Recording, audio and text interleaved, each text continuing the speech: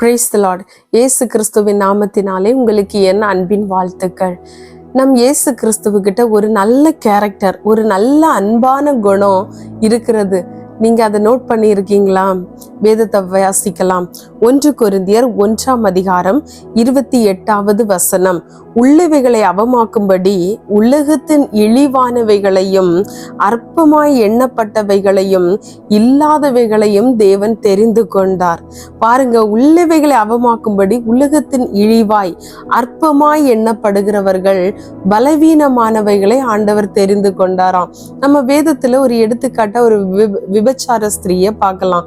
பாருங்க, ஆண்டவர் ஒலிவ மலைக்கு போயிட்டு திரும்ப ஆலயத்திற்கு வரும்போது வேதபாரகரும் பரிசேயரும் ஒரு விபச்சார ஸ்திரீயை கொண்டு வர்றாங்க. பாருங்க, அவங்கள கையும் களவுமா பிடித்து தேவ சமூகத்துல இயேசு கிறிஸ்துட்ட கொண்டு வர்றாங்க. அவங்கள கல்லெறியும்படி எல்லாரும் கூடி நிக்கிறாங்க. ஆனா இயேசு அவங்கள வெறுக்கல, இயேசு அவங்கள தண்டிக்கல. இயேசு அவர்களை பார்த்து சொல்றாங்க, உங்களில் பாவம் இல்லாதவன் முதலாவது கல்லறிய வேண்டும் என்று. பாருங்க, அந்த இடத்துல யாருமே இல்லை. ஆண்டவர் அந்த விபச்சார ஸ்திரீயை மட்டும் பார்த்தார். ஆண்டவர் சும்மா அவங்கள விடல. போ, இனி பாவம் செய்யாதே என்று சொல்லி அவங்கள வார்ன் பண்ணி அனுப்புறாரு. பாருங்க, இயேசு எவ்வளவு நேசிக்கிறவர். அவர் நினைத்த அந்த நிமிஷமே தண்டிக்க முடியும். ஆனா அவர்கிட்ட ஒரு இரக்க குணம் இருக்கு.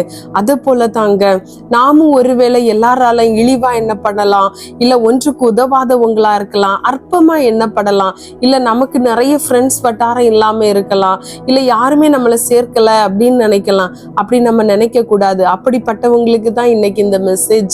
இயேசு உங்களை நேசிக்கிறார்.